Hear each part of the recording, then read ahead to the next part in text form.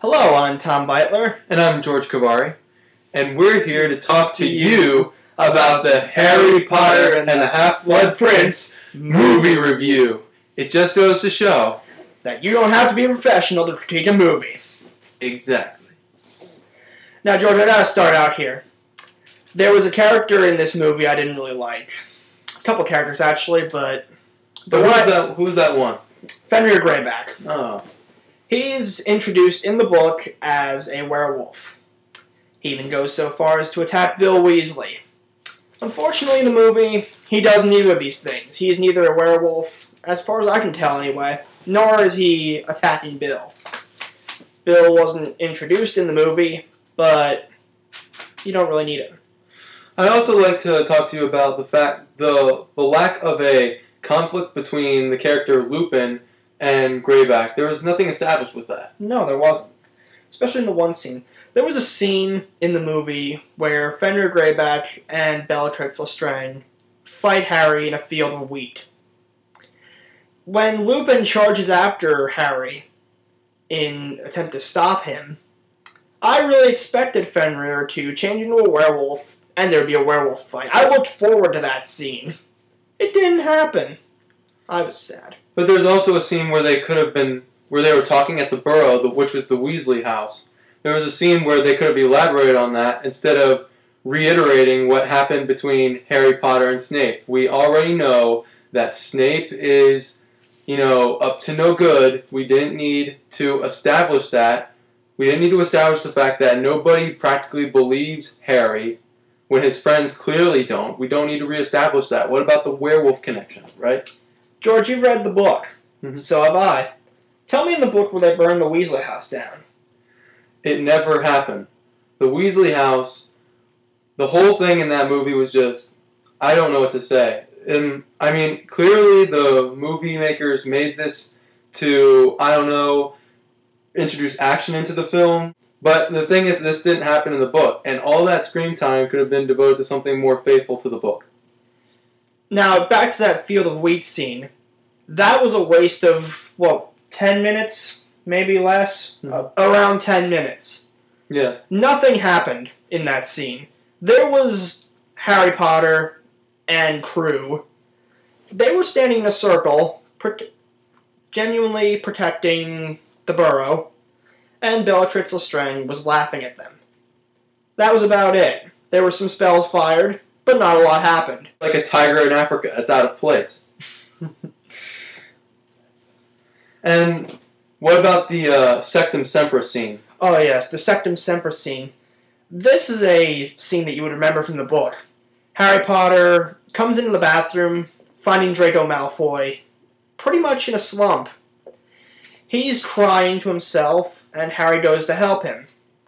Draco retaliates by firing spells at him. Having received his book from the Half-Blood Prince, he finds a spell in this book called Sectum Sempra. Wanting to find out what it does, he casts it at Draco and essentially causes him to bleed to death.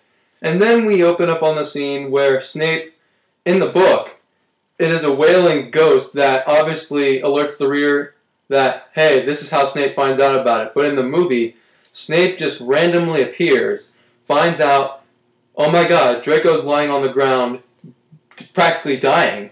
And Harry's here. Harry Potter is just standing there. Snape's just standing there. And what does he do? He lets him go away. I mean, this is a school. Harry Potter practically killed somebody. Now, think about some people that get in trouble for doing, misdemeanors. Chewing gum. Taking something that doesn't belong to them. This Harry Potter almost kills somebody, and Snape just doesn't seem to care. I mean, this would be his chance to clearly get Harry Potter. There's just nothing done about that.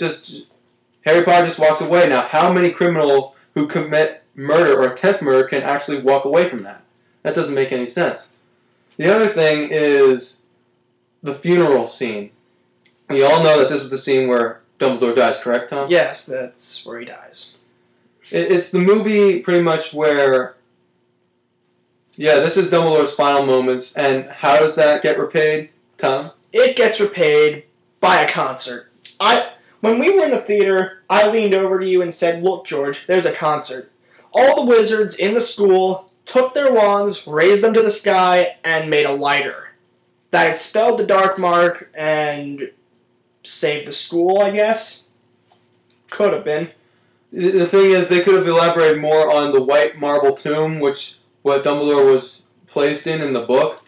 I'd also like to say my part in elaborating about the background of Voldemort. For the people who don't read the books, you are introduced to Horcruxes, which is an object that a dark wizard uses to encase his soul. Upon the event of his body getting killed, there's still another soul that's left protected, and he doesn't die. But the thing is, now that we've discovered his key to immortality, the book clearly describes what the other Horcruxes are. But in the movie, it just doesn't fly like that. They do talk about the diary. They do talk about the ring. They talk about the locket, but the locket is not mentioned as a Horcrux. It's not mentioned as a Horcrux, or it's not mentioned as something of importance to Voldemort, which is what Voldemort clearly sought in the book. One of his key motives was collecting trophies, and he was obsessed by his ancestry. That's not given at any way in this movie. And also, there's also a lack of memories in this. In the movie, there's only 2 memories, right? Yes, 2. There's only, the orphanage scene? And the scene where he goes to Slughorn to ask about Horcruxes. But the thing is, there are so much more. There could have been memories of his family, literally Voldemort's family. There were memories that could have described what the other Horcruxes would be. There was even a memory about Tom Riddle applying for a job as Defense Against the Dark Arts teacher, which I think any fan would want to see. But turns out they cut that scene entirely. And as far as the casting of Voldemort goes, in the second movie, the actor that played the young Voldemort was Christian Coulson. In that movie, when he auditioned for the part, he was deemed too old, but they let him play anyway. And now when he wanted to come back to play the young but still fairly old Voldemort, they cut him this time because, what do you think? He's too old. I think that was a major setback on the director's part because that would have been very good for character consistency. I mean, it's almost like Tom Felton plays Malfoy, and in the next movie you have him played by Macaulay Culkin. It's like, yeah.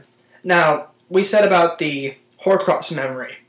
This memory was barely altered in the movie. They blurred out the word Horcrux and then changed some of the words. It was seen as messed up. It was originally messed up, but it could have been elaborated a lot more.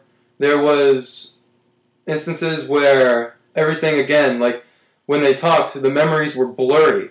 It was kind of almost as if, in the second movie, when they went back in time, everything was clear. But in this film, everything is all blurry. The speaking is kind of low. It's kind of... One could say that is just like memories fading, but... Yeah. A lot of the humor was really romantic, and one of the biggest romantic things that happened was the scene where Harry and Ginny come together, so to speak. It's just the fact...